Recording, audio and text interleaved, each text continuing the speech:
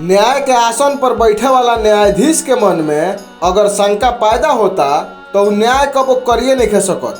हाँ, भूल अवश्य कर सकता, परंतु इतिहास भूल के कबो क्षमा ना करेला।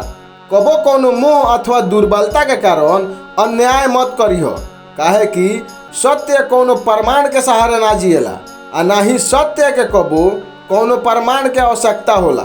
सत्य सिर्फ और सिर्फ सत्य होला आ सत्य केवल ईश्वर ही बानी जौन कबो कोनो प्राणी के साथे अन्याय ना करेनी। ईश्वर के अदालत में देर हो सकता, लेकिन हाँ, ना इंसाफी नहीं हो सकत। जैसे हर प्राणी के प्यास बुझावल पानी के धर्म होला, वैसे ही हर प्राणी के साथ न्याय कईल ईश्वर के धर्म होला। ईश्वर के अदालत में प्राणी के मुंह देख के फैसला ना होला, कर्म देख के फैसला होला। तू दूसरा के साथे अन्याय करब, ईश्वर तोहरा साथे अन्याय करिहे, आ तू दूसरा के साथे न्याय करब तो ईश्वर तोहरा साथे न्याय करिहे। यह परम सत्य बा।